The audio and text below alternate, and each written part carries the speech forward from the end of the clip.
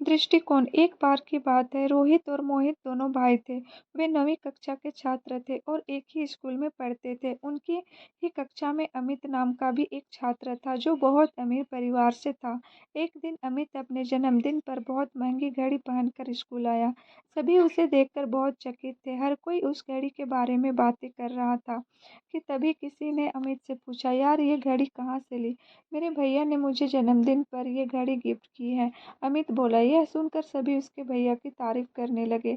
हर कोई यही सोच रहा था कि काश उनका भी ऐसा कोई भाई होता। मोहित भी कुछ ऐसा ही सोच रहा था। उसने रोहित से कहा, काश हमारा भी कोई ऐसा भाई होता। पर रोहित की सोच अलग थी। उसने कहा, काश मैं भी ऐसा बड़ा भाई बन पाता।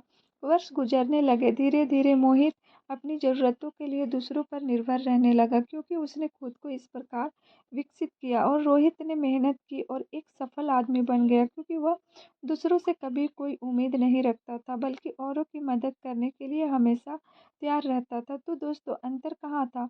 वे एक ही परिवार से थे, वे एक ही वातावरण में पले बढ़े और एक ही प्रकार की शिक्षा प्राप्त की। अंतर उनके दृष्टिकोण में था। हमारी सफलता और विफलता हमारे दृष्टिकोण पर काफी हद तक निर्भर करती है, और इसका प्रमाण आसपास देखने पर आपको दिख जाएगा। चूंकि ज्यादातर लोग मोहित की तरह ही सोचते हैं, इसलिए दुनिया में ऐसे लोगों की ही अधिकता है जो एक एवरेज लाइफ जी रहे हैं। वहीं रोहित की तरह सोच रखने वाले लोग कम ही होते हैं, इसलिए समाज में भी सक्सेसफुल लाइफ जीने वाले लोग सीमित हैं। अतः हमें हमेशा सकारात्मक दृष्टिकोण विकसित करने के लिए पूरी कोशिश करनी चाहिए और नकारात्मक से बचना चाहिए, क्योंकि वो हमारा दृष्टिकोण ही है जो हमारे जीवन को परिभाषित करता है और हमारे भविष्य को निर्धारित करता है।